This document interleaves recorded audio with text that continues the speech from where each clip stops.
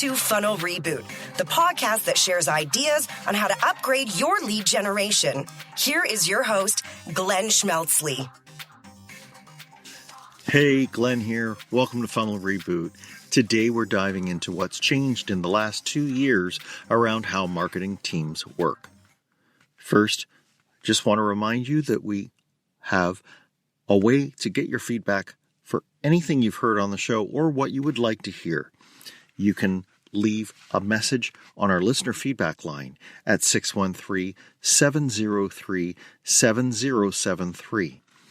Please also use our website contact form or connect with us on any of our social channels.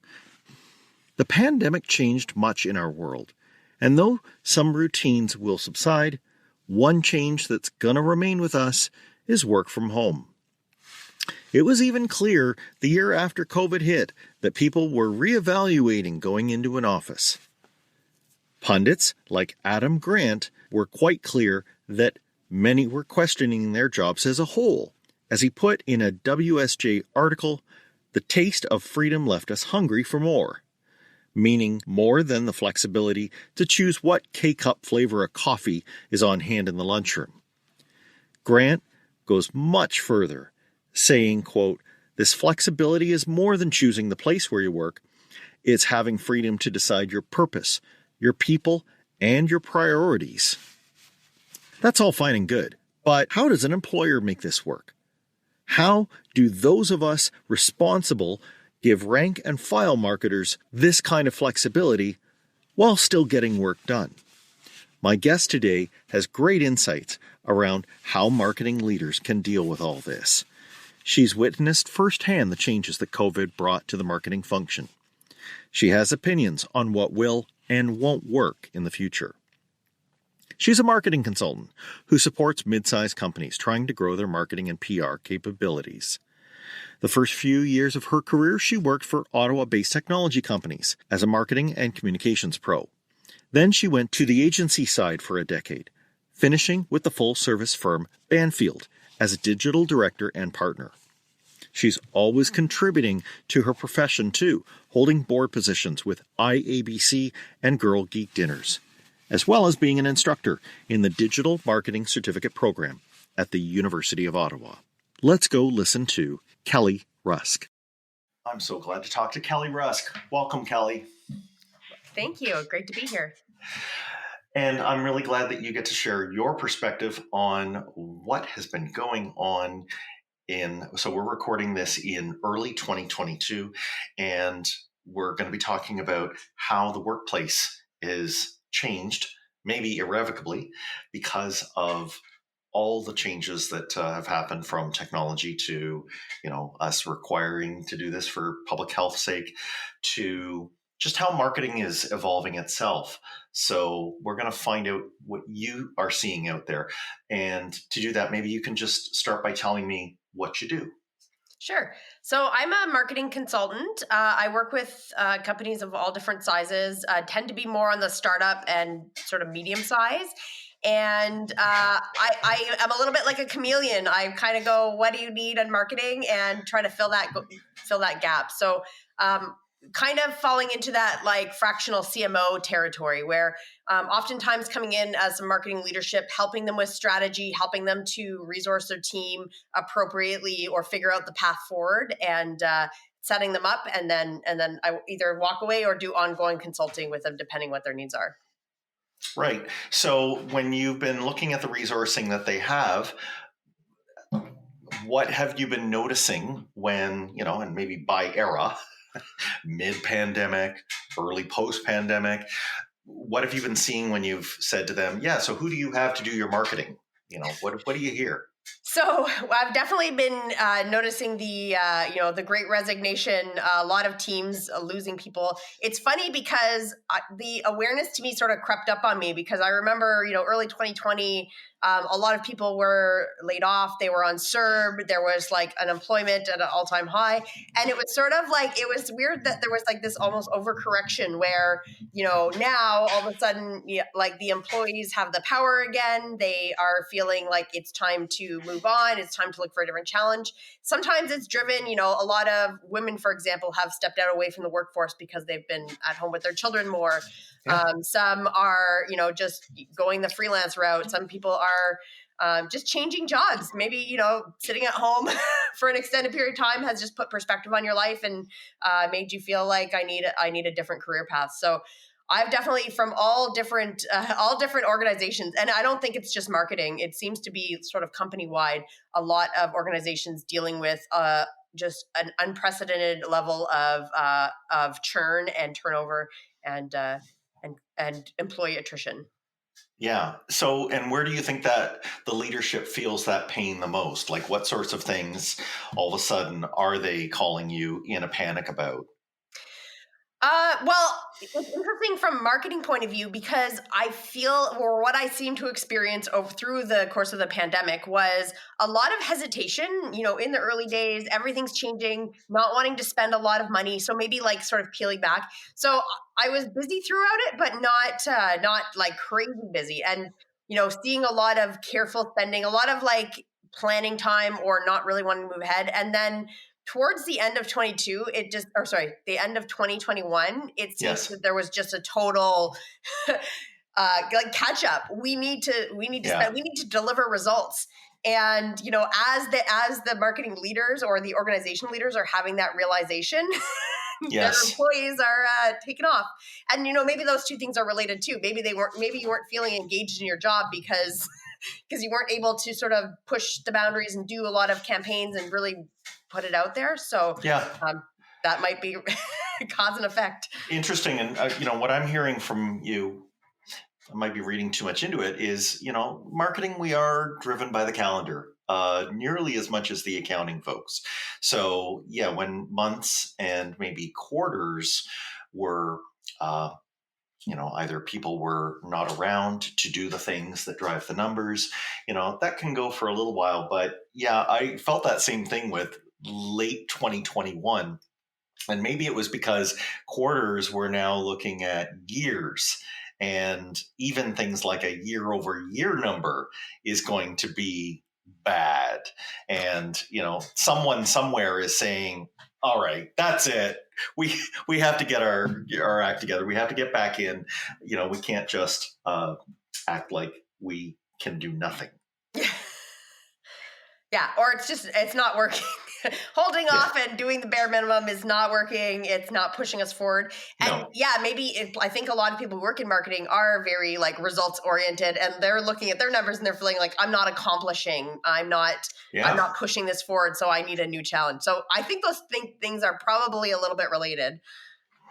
Yeah, that's a very good point, that certain sectors have, this is what they describe, I guess, as the K economy, right? So maybe people stepped off one of those situations where the numbers were going down, and they found, for example, a lot of the internet-based companies, and you and I know a fair number of them, they've only been going up. So you've had people that are slipping off of one and going to the other, and you're right. We all like to see numbers going in the right direction. So we should imagine that at a large scale, when you got people are saying, I don't feel like I'm getting anything done, they might just say, all right, for no reason other than they're looking good, say, all right, I'm out of here. Absolutely. Yeah. And, in terms of the challenge that I've seen as a result of clients kind of changing their perspective of maybe we don't need to hire a new team right away. Maybe we need to stop. Maybe we need to look at our strategy. Maybe we need to look at our team and kind of like auditing what they have and what they've done. Maybe kind of challenging the status quo of their marketing operations because of this, which again, I think is a great thing. And it's also exciting for me because I love to come into organizations in the midst of change and sort of help them kind of forge the path forward. So, it's interesting to see like a different model of, what are our marketing resources look like? And it's not necessarily like we need to hire 5 people. It might be a combination of we need to bring in some outside resources. We need some expertise in this area. And then we need some bodies and seats, but they need to be the right skill set for whatever way ahead we're going to. And usually it's different than what they had done before.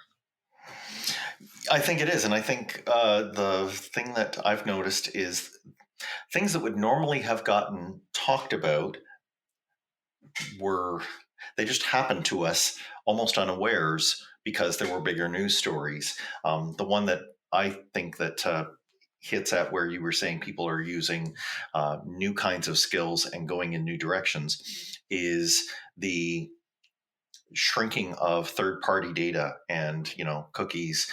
Already the writing's on the wall, so a lot of companies are saying, well, if that's going away, what are we building our stack on now? And I think it is allowing for some people to have fresh models. The thing that I find that's funny about it is that it's gotten squished down into very tightly because we have not been around a water cooler and had a lot of chance to talk about it. It's just, okay, hurry up and do it. Yes, and the nature of meetings now, jumping from meeting to meeting through Zoom or Teams versus like walking from room to the other room, I think changes like the dynamic of work a lot. I'm finding, the challenge of being, you have meetings and you talk about what needs to get done, and then trying to find the time to actually get all those action items done is Yes. a lot harder. Because, I think I used to be a lot more cautious about my calendar and scheduling meetings, but now in my mind it's like it's 1 second from one to the next, so I'm not sort of buffering in between anymore. And I from everyone I talk to, that seems to be a trend, not just one person. That's changed, to be sure. And yeah, I think there is, not on an individual meeting level, but people have reached a point where if they notice that their company's culture is that it's only gotten worse with meetings, some of them, they're just hitting the tipping point where they say, okay, I'm pulling the chute. And I think what's interesting about that is I'm still hearing the odd company out there that are they're not cluing into that. They're thinking, oh, these guys will regret their decision. They'll be back. I heard one person on a podcast say, as their bank balances begin to get lower, these people that have made these choices, they'll hold out for a while for a job, but they'll eventually just have to re-enter the workplace.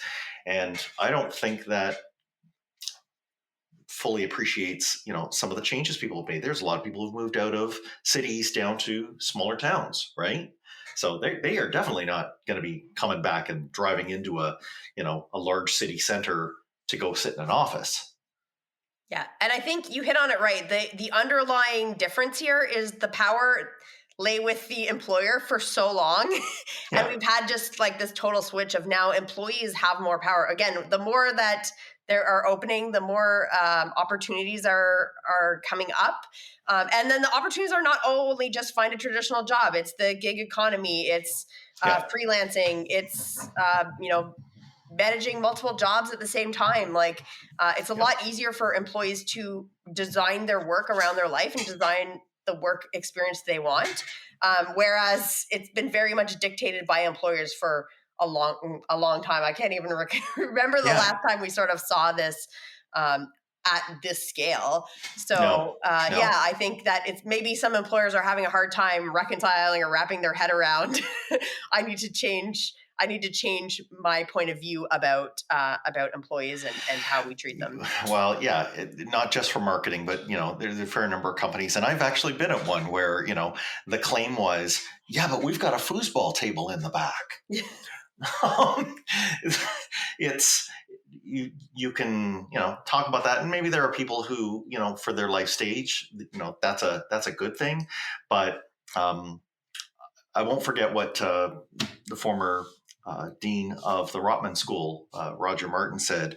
He said, you have to understand, this has been long enough that people have changed habits, and we are creatures of habit. He said, think of it this way. You asked people to work remotely. So they went from thinking I work in an office each day to I'm at home. That's a remote thing. Now, because of how long it's been, the office is the new remote location for those people, right? They're thinking I'm naturally situated at home. Now you want me to haul my butt over there. And that is breaking a habit. That's an anti-pattern, right? And we have to think of it that way, or else we're going to be rudely surprised if we say to people, okay, Monday morning, we're all back in. Yeah. Well, and I think what the employees have gained from that is realizing, the hour that sometimes 2 hours a day I spend in traffic is extra time I have in my day. And all these little, even that, the time between meetings, all these things are sort of adding up into that. And I think, there are tons of people who want to go back into an office and who are happy to make that change back. So I think, from the employer point of view, it's like flexibility is the name of the game. And so, yes, they had to shift from in office to remote. And now this actually hybrid, remote in office, full-time employees, contract, et cetera, sort of a lot more ambiguity around how things are running. Which again, if you have a sort of adaptable mind frame and mindset, it's probably an ideal situation and you can make it work really well. But I think for a lot of people, it's a lot harder to, it's not as concrete, right? It's not I can't do things the way I always used to do them. Yeah. I think for me, the perfect example of that is companies that have started to hire people who aren't even based in the same city or same time zone. And they have turned the corner saying, wait a minute, I can now get talent, that is world class in my company. And like you said, even with the gig economy, I can bring them on full time, but I've even got the option of just getting them when I need them. And so this is great, but you're right. You can't take that kind of hard as concrete mentality of, okay, we're having a meeting on Monday and we're expecting most people to be in person. If you've walked down the path of picking up people across 10 time zones. Yeah. Right. You can't have both. Very hard to find a meeting time. Yeah. Right. However, there are some solutions. So let's maybe kind of talk about what some of those look like and maybe how marketing might be actually better set than most parts of the company to take on these solutions. So you mentioned Zoom calls already. Do you have any tips, or do you have any ways of looking at how people can take the meetings that they have to have and make it work for a distributed workforce, make it work for a maybe flatter workforce? Yeah, I think planning is sort of the easiest thing. The asking yourself the question, can this meeting be an email? Right. Is one thing. I think culturally, if you come from an organization where you're used to having a lot of meetings, sometimes you wonder if that's really is that really the solution? Having very clear lines or definitions of roles and responsibilities among your team and what people are doing so that you can empower them to go out and do their job. And it doesn't have to be we need to meet so often. So I see companies that understand that inherently and do that well are thriving in this. And then they also can easily sort of, when you have that all planned out and well documented, it's very easy to see where the gaps are of okay, we need to bring in this expertise, we need to bring in this skill, or we need support on this piece. And then, whether this is something that we need to hire an agency partner for, whether it's something we need to maybe bring in contract or leverage that gig economy, or this is a permanent full-time role that we need to fill.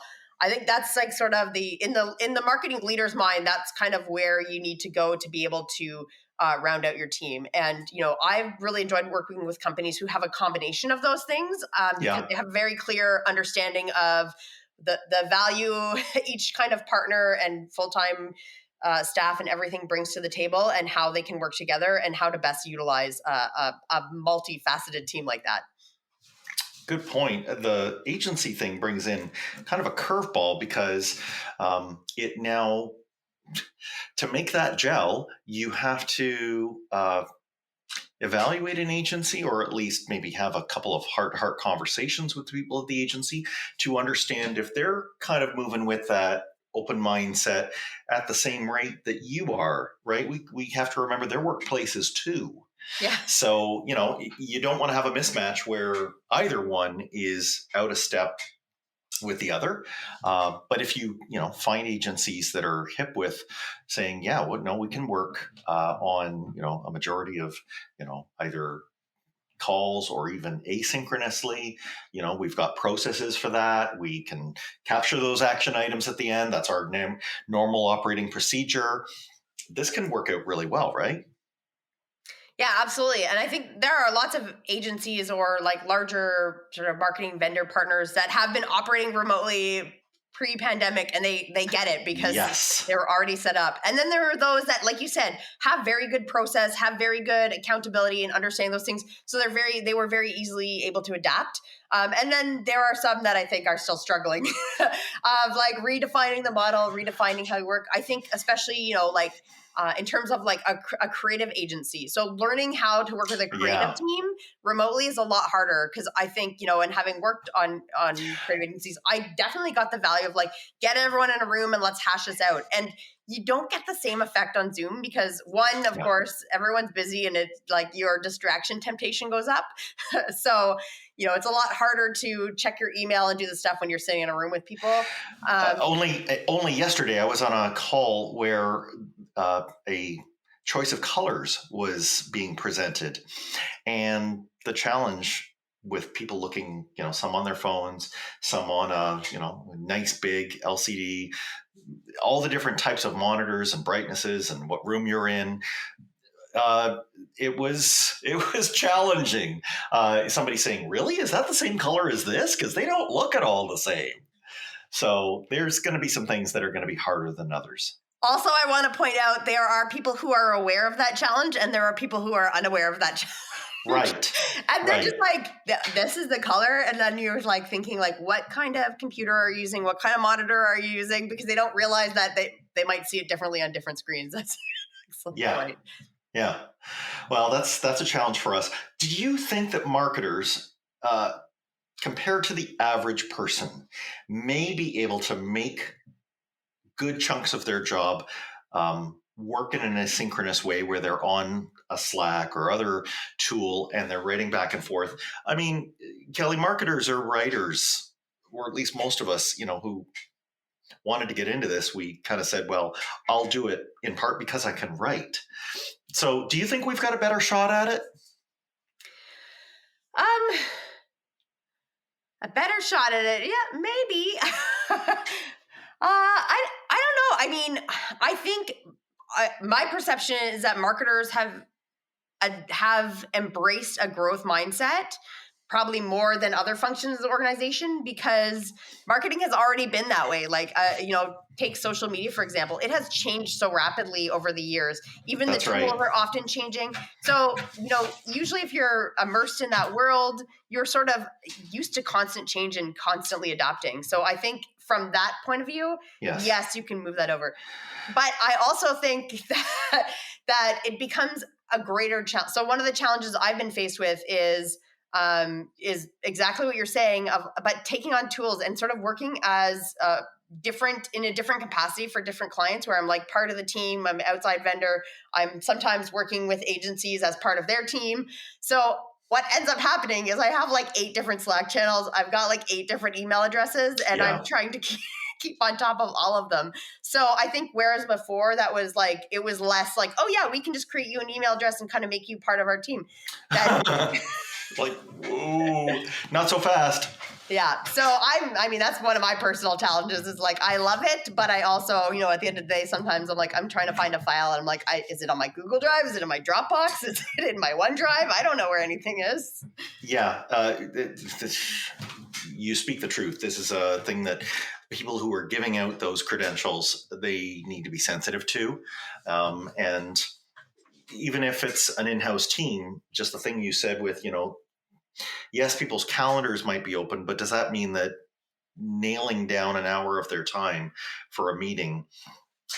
Yes, in an office setting, especially if, let's say, you'd put together a PowerPoint deck, it, made perfect sense because you wanted to stand there and talk. But I have seen many people who anonymously rant on social media saying, I could have just read this and I didn't have to spend real time to do this, when, that all could have been something I read on the weekend or after I put my kids to bed, right?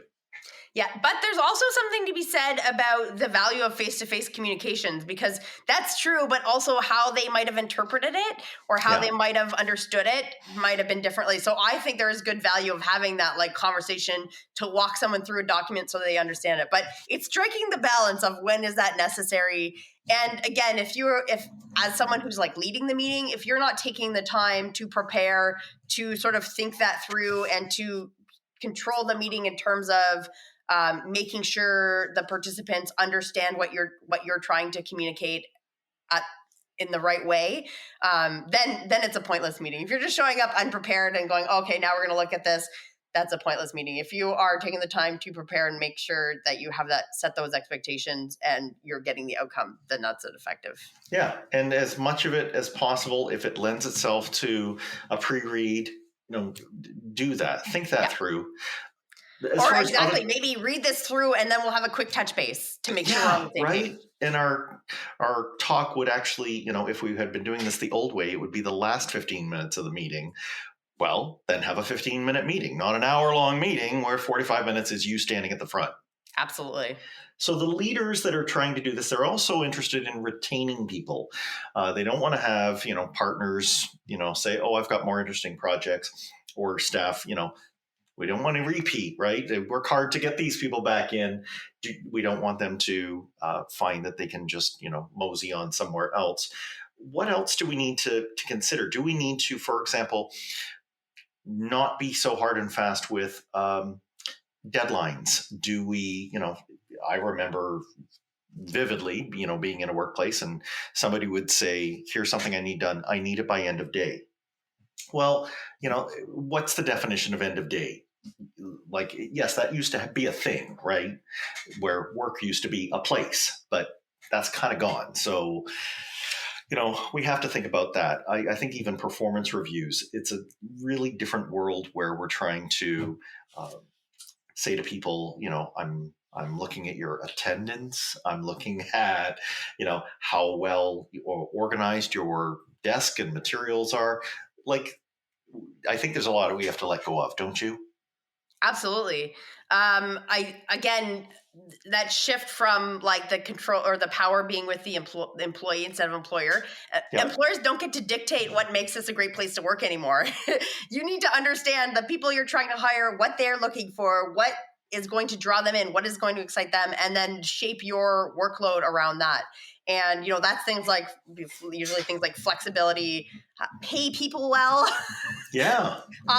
Look at another thing that's happened is inflation is crazy. Like, gas is over $2 a liter, food's going up. And if you're still paying people the same salary they were making 3 years ago, they have much less money than they did 3 years ago. So, being proactive about stuff like that, I think, again, it hasn't been looked at. It's going to happen anyways, because if you have to hire someone else, they're going to demand more money. So you might as well try to keep your current. Not to mention all of the retooling costs. No, that's a really good point. Because we, I guess in our minds, couple it very tightly with, well, how hard are they working? But as you say, on inflation, that just doesn't come into it. That's just a basic, what does it cost them to live? So don't slap on top of that, well, I will give you a pay increment when I see. No, there are things you just need to do just to be responsive. And I guess if you're bucking that, the thing would be the same place that you're listing down the reasons why you shouldn't, put on another column that, asks, okay, well, what costs will I be facing if I don't do this and they leave? Yeah. Yeah, because I can't remember the stat off the top of my head, but it's much more expensive to hire a new employee than retain an existing one. Right. So you hire someone new at the salary the old person wanted, you're spending way more money to like onboard, like you said, all the retooling and stuff like that. So it pays to be proactive. And I think none of this is rocket science. People wanting, I don't think you even have to necessarily survey your employees and ask them what they want, although that's not a bad idea. Yeah. But looking at the trends of don't force people to come back into an office. give them the flexibility, like, and sort of be a little open in how things are moving. Like, again, in your performance reviews, what are you looking at? How are you structuring it around helping your employee grow instead of like what is good for the company? I think having a bit of those like mind shifts around work and around managing will make all the difference. That's a very good point on the, how much FaceTime do you have with them? We were getting a lot of that before, and there would be lines like, "Well, my door is always open," but I think what I'm hearing you say is this doesn't mean that as the manager or the C-level person who's overseeing these people that I'm telling them you'll never see me. That's actually a problem as well. What may take, and this is from surveys that are normally done with marketers, is one of the things they usually put on the high on their list of personal development is that they can have direct contact to a leader and see how that leader has grown, right? Because that's their future, right? They want to think about that. So don't, choke it and just not have any time with them. Just change it into different time, less ticking a box kind of time, and more, well, what's really on your mind, or what are you grappling with, or where would you like to be in a year, right? Yeah. And also the shift from my door is always open to like proactively reaching out. Yeah, let's have a one-to-one. Yeah.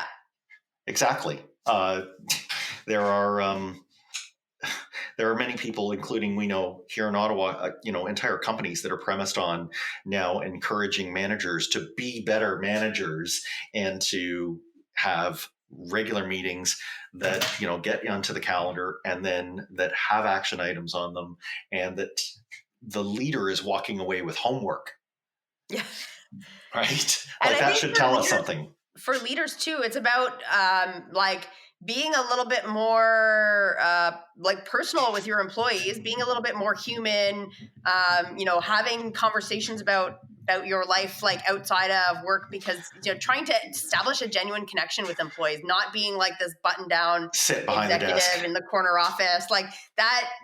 That doesn't resonate, and it never really resonated with the workers, right? No. but they could get away with it, and now you can, because they're just going to leave and find another company that sort of meets their needs and works with them a little more proactively. Yeah, and I trust most of the people that are listening to this. They're already good with that. Come on, they've probably all been on a remote call, and their dog has been barking, or they got somebody running by, or God forbid a bathroom door is left open. There's all sorts of things that have been going on that have made the rounds on the internet. Of course, it's that's what humans are like, and that's what I meant by flatter, is that we have to realize that if they're seeing that out of their leadership, that they get it, and that's actually a very good place to begin a connection from. Absolutely. Any final thoughts on maybe what marketing leaders or marketing workers can do over the next little while, Kelly, to make how we're trying to work in this new work environment go better?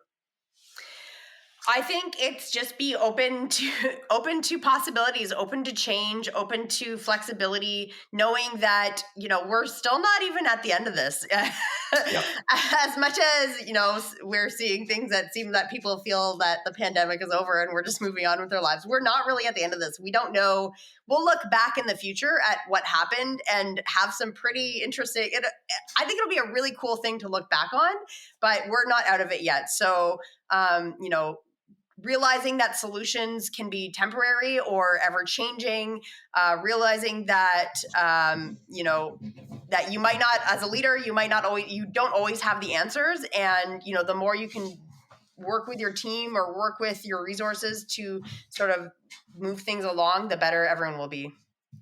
I agree. And I share with you that, there's a little bit of a wry satisfaction in thinking we're going to have some really interesting dashboards to look at. There's going to be some past numbers, even year-over-year numbers that are going to be wild.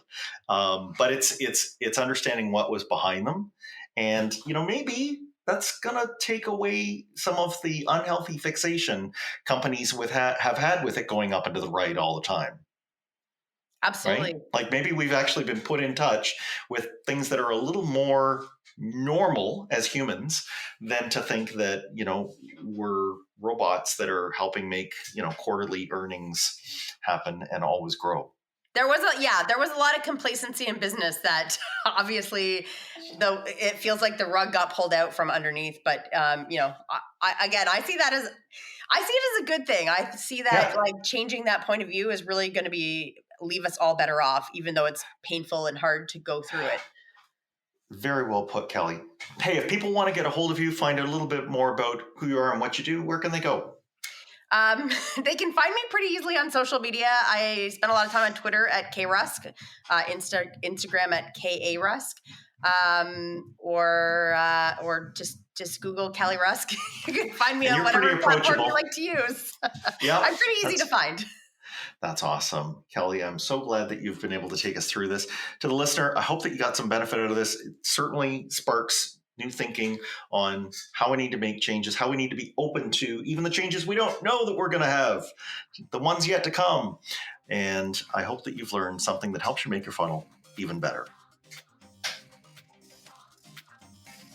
Thanks for listening. Follow the show on Twitter at Funnel Reboot. If you like what you have heard today, please consider leaving a review wherever you get your podcasts.